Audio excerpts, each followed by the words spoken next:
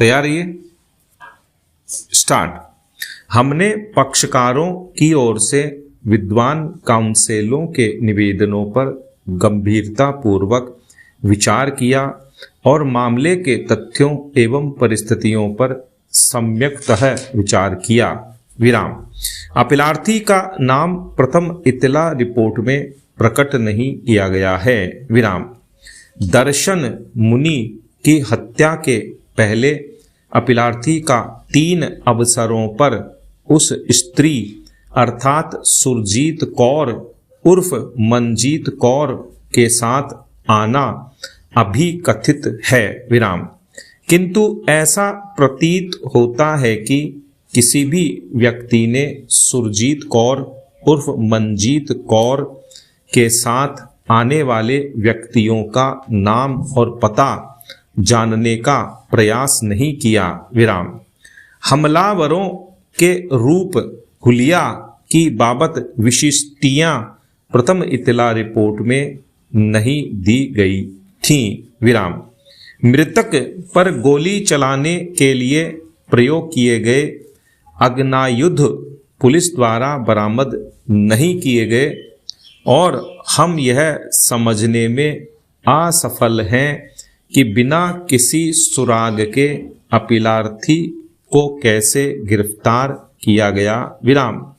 इस प्रकार के मामलों में ऐसी परिस्थितियों की बाबत संदेह समाप्त करने के प्रयोजनों के लिए जिनमें अन्वेषण किया गया था, अन्वेषक अधिकारी के लिए यह संकेत करना आवश्यक था कि अपीलार्थी को गिरफ्तार करने के लिए उसे किस बात ने प्रेरित किया या किन परिस्थितियों में उसने यह निष्कर्ष निकाला कि अपीलार्थी हमलावरों में से एक था। विराम।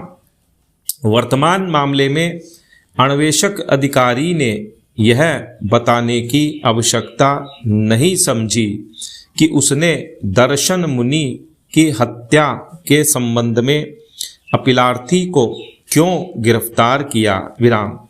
इन परिस्थितियों में अपीलार्थी के विद्वान काउंसिल का यह निवेदन कि अपीलार्थी को किसी औचित्य के बिना तथा उसे इस मामले में झूठा फंसाने के दुर्भावपूर्ण आशय से गिरफ्तार किया गया था, अस्वीकार नहीं किया जा सकता। विराम।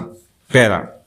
अभियोजन साक्षी 6 गंगाराम ने अपनी प्रमुख परीक्षा में कथन किया कि अपीलार्थी को गिरफ्तारी के पश्चात उसे पर्दा में रहने का निर्देश दिया गया था। विराम। पैरा।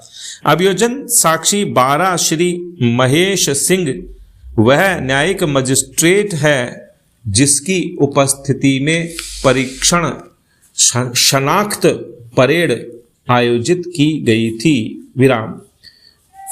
प्रति परीक्षा के दौरान उसने कथन किया है कि तारीख 17/5/1984 को अपीलार्थी को न्यायिक अभिरक्षा में भेजने का आदेश पारित किया था। विराम। वह आदेश प्रदर्श D3 है और अपीलार्थी को न्यायिक अभिरक्षा में भेजने का आदेश देते समय उसे पर्दा में रखने का निर्देश नहीं दिया गया था। विराम। पैरा।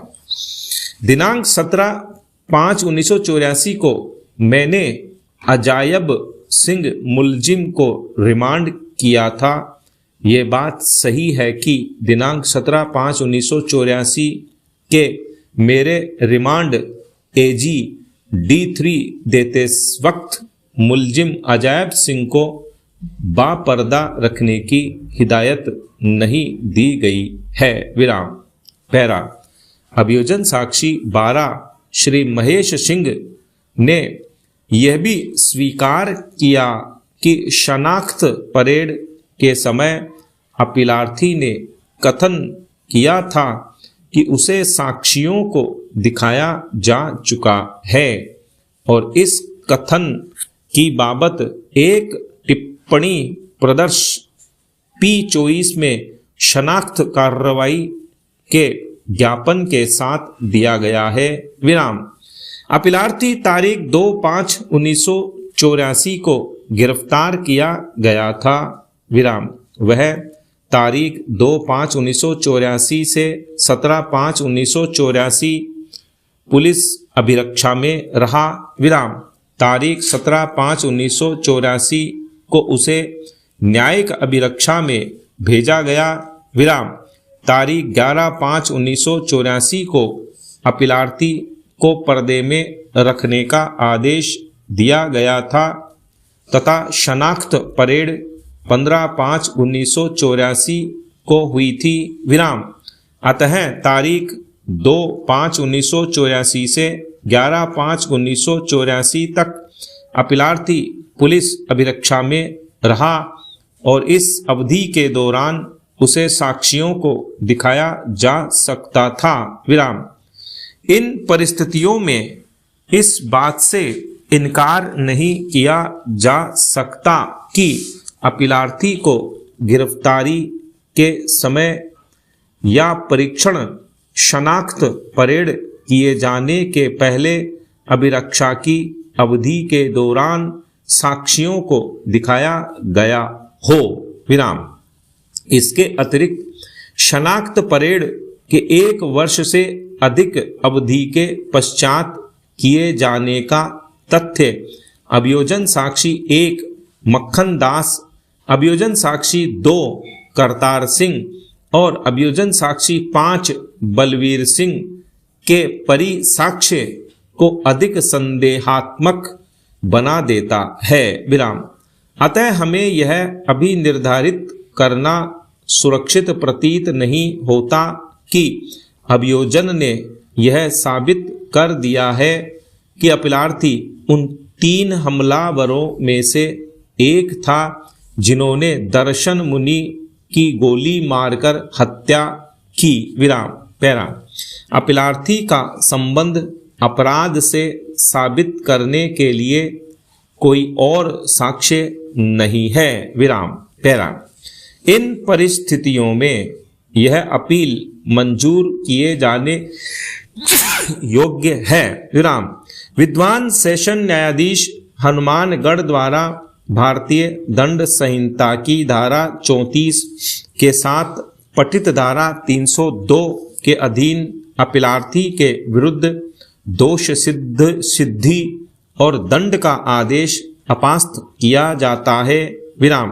अपीलार्थी को यदि वह किसी अन्य मामले में अपेक्षित न हो अभिरक्षा से तत्काल छोड़ दिया जाए विराम। पैरा अपील मंजूर की गई विराम।